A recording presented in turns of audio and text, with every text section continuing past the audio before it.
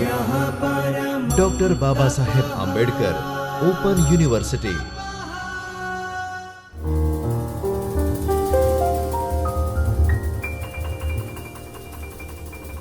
नमस्कार विद्यार्थी मित्रों, doctor Baba Saheb Ambedkar open university के चैतन्य स्टूडियो से मैं डॉक्टर रश्मि आप सभी का हार्दिक स्वागत करती हूँ। विद्यार्थी मित्रों, आज की कक्षा में हम हिंदी उपन्यास में HND-MG के तहत भीष्म साहनी जी के उपन्यास तमस पात्र एवं चरित्रण भाग 2 की बात करेंगे।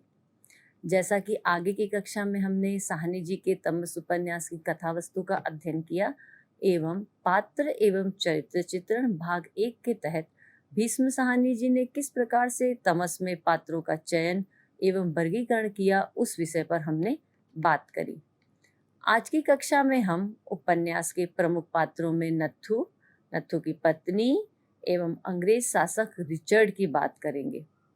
विद्यार्थी मित्रों, जैसा कि आप सभी अच्छी तरह से ये जान चुके होंगे कि भीष्म साहनी का उपन्यास तमस भारतीय उपन्यास साहित्य का एक महत्वपूर्ण दस्तावेज है, जो कि विभाजन के दौरान उत्पन्न सांप्रदायिकता, हिंसा और मानवीय त्रासदी को प्रभावी ढंग से चित्रित करता है। इस उपन्यास में कथा वस्तु का विकास पात्रों के माध्यम से हुआ है। इस उपन्यास की सबसे बड़ी विशेषता ही इसका चरित्र चित्रण और पात्रों का चयन है। साहनी जी की चरित्र चित्रण की कला को गहराई से समझने के बाद हम तमस के कुछ पात्रों का विस्तार पूर्वक विश्लेषण करेंगे। विद्यार्थी मित्रों, सर्वप्रथम हम नत्थू, जो कि परिस्थितियों का दास है और एक बेबस इंसान है, उसकी हम बात करेंगे। तमस उपन्यास के आरंभ में ही नत्थू का परिचय पाठकों से होता है।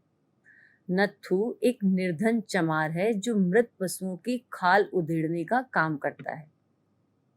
समाज के सबसे निचले तबके में आने वाला यह व्यक्ति अपनी मजबूरी और गरीबी के चलते परिस्थितियों के हाथे कठपुतली बन जाता है।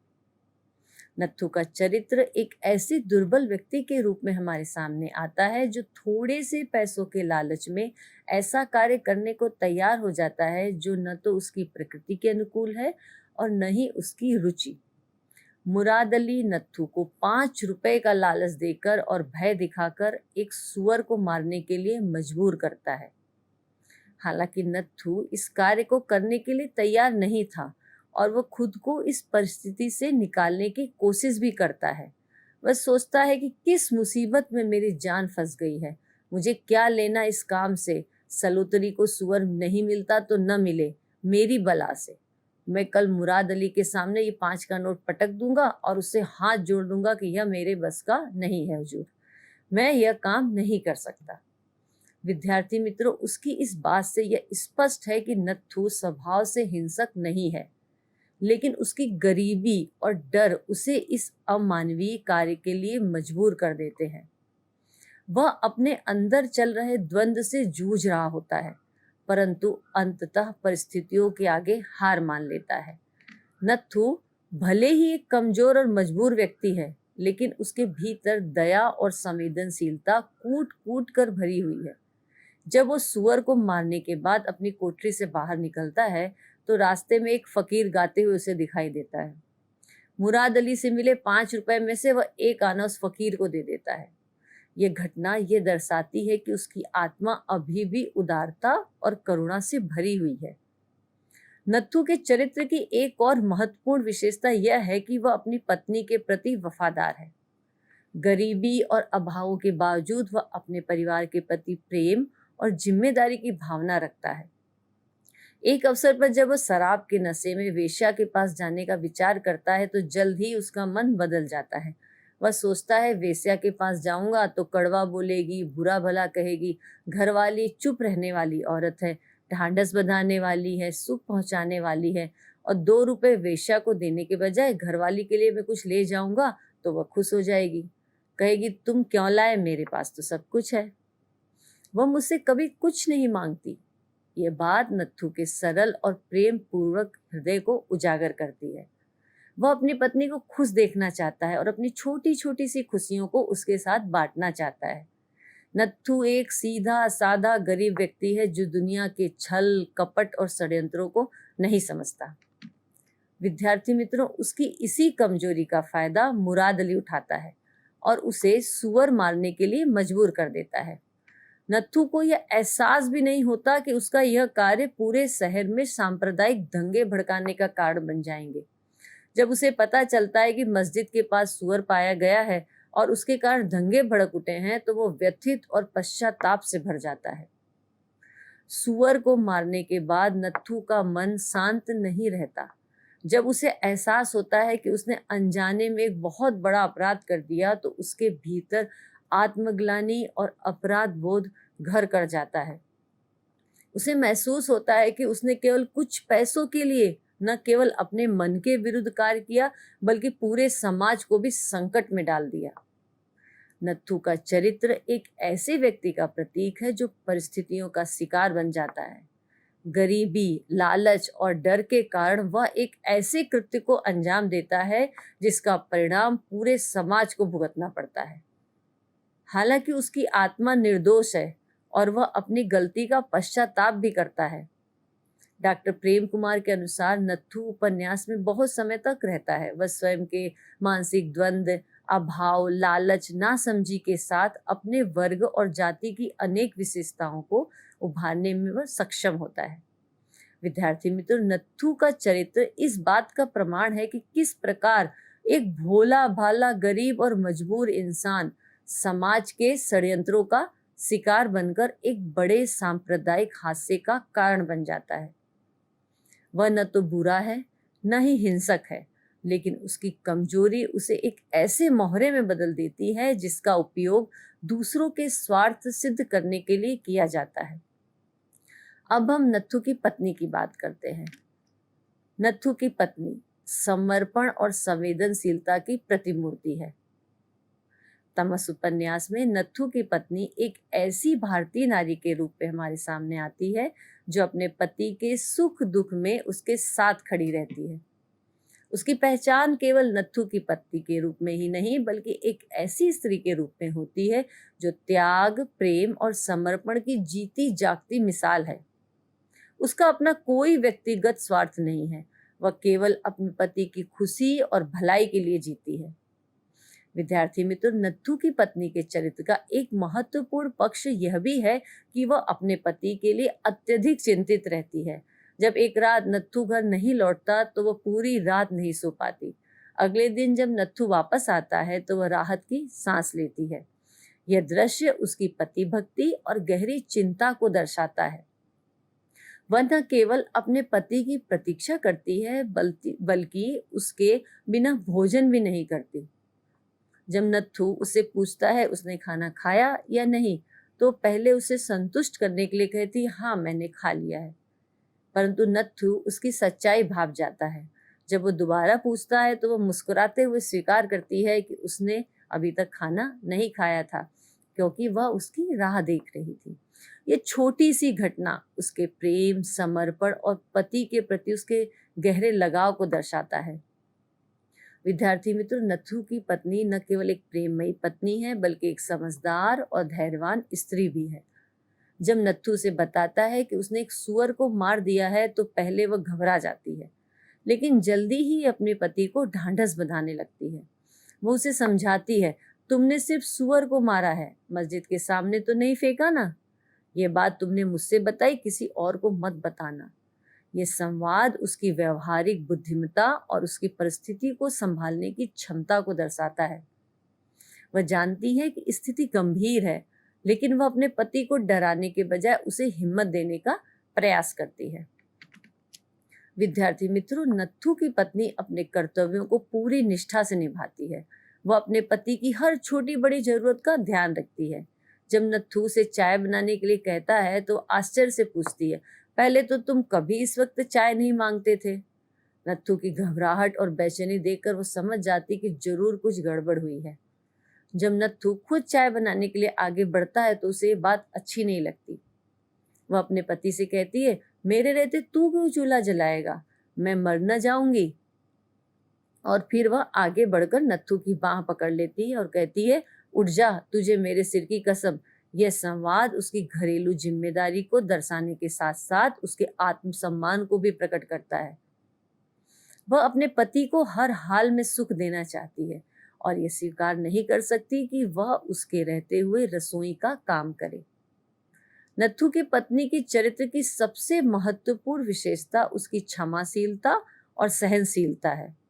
जब उसे पता चलता है कि नत्थू ने जिस सुअर को मारा था उसी का उपयोग सांप्रदायिक दंगे भड़काने के लिए किया गया, तो भी वह अपने पति को दोषी नहीं ठहराती। इसके विपरीत वह उसे धैर्य बंधाती है और उसकी चिंता कम करने की कोशिश करती है। वह जानती है कि नत्थू ने यह कार्य अपनी इच्छा से नहीं बल्कि मजबूरी में किया था, इसलिए वह उसके साथ सहानुभूति रखती है और उसकी गलती को माफ कर देती है। विद्यार्थी मित्र, उसकी यह सहनशीलता उसे एक आदर्श भारतीय नारी के रूप में हमारे सामने स्थापित करती है। नत्थू की पत्नी का चरित्र प्रेम, त्याग, धैर्य और सहनशीलता का प्रतीक है। वह अपने पति के हर सुख दुख में उसकी सच्ची संगिनी बनी रहती है। उसकी सबसे बड़ी विशेषता यह है कि वह न केवल अपने पति से प्रेम करती है बल्कि उसकी परेशानियों को भी समझती है और उसे मानसिक संबल प्रदान करती है। इस उपन्यास में नत्थू की पत्नी केवल एक पारंपरिक भारतीय स्त्री का प्रतिनिधित्व नहीं करती, बल्कि वह स्त्री शक्ति, सहनशीलता और कर्तव्यपरायणता का एक सशक्त उदाहरण भी प्रस्तुत करती है।